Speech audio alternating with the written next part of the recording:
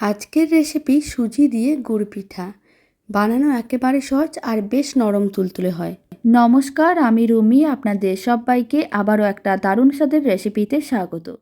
প্রথমে একটা mixing bowl নিয়েছি, তার মধ্যে 1 কাপ দুধ আর 1 কাপ নিয়েছি বাতাসা।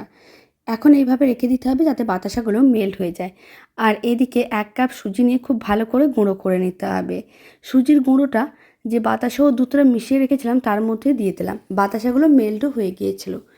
এবার আমি এর মধ্যে দিয়ে দিচ্ছি কিছুটা পরিমাণ ময়দা, অল্প একটু লবণ। খুব ভালো করে মিশিয়ে নিতে হবে। আর অল্প অল্প জল দিয়ে একটা মিডিয়াম ঘনত্বের ব্যাটার রেডি করে নিতে হবে। মিশ্রণটা রেডি হয়ে গেছে। কড়াইতে তেল গরম করে নিয়েছিলাম। 1 হাতা করে মিশ্রণ গরম তেলের মধ্যে দিয়ে দিলাম। আর গরম তেলটা এইভাবে একটু ছিটিয়ে দিতে হবে, তাহলে গুড় পিঠাগুলো বেশ দুখোর হয়ে ফুলে উঠবে। লাল লাল করে ভেজে নিয়েছিলাম, তুলে রেখে দিচ্ছি। সমস্ত গুড় পিঠাগুলো একেবারেই রেডি।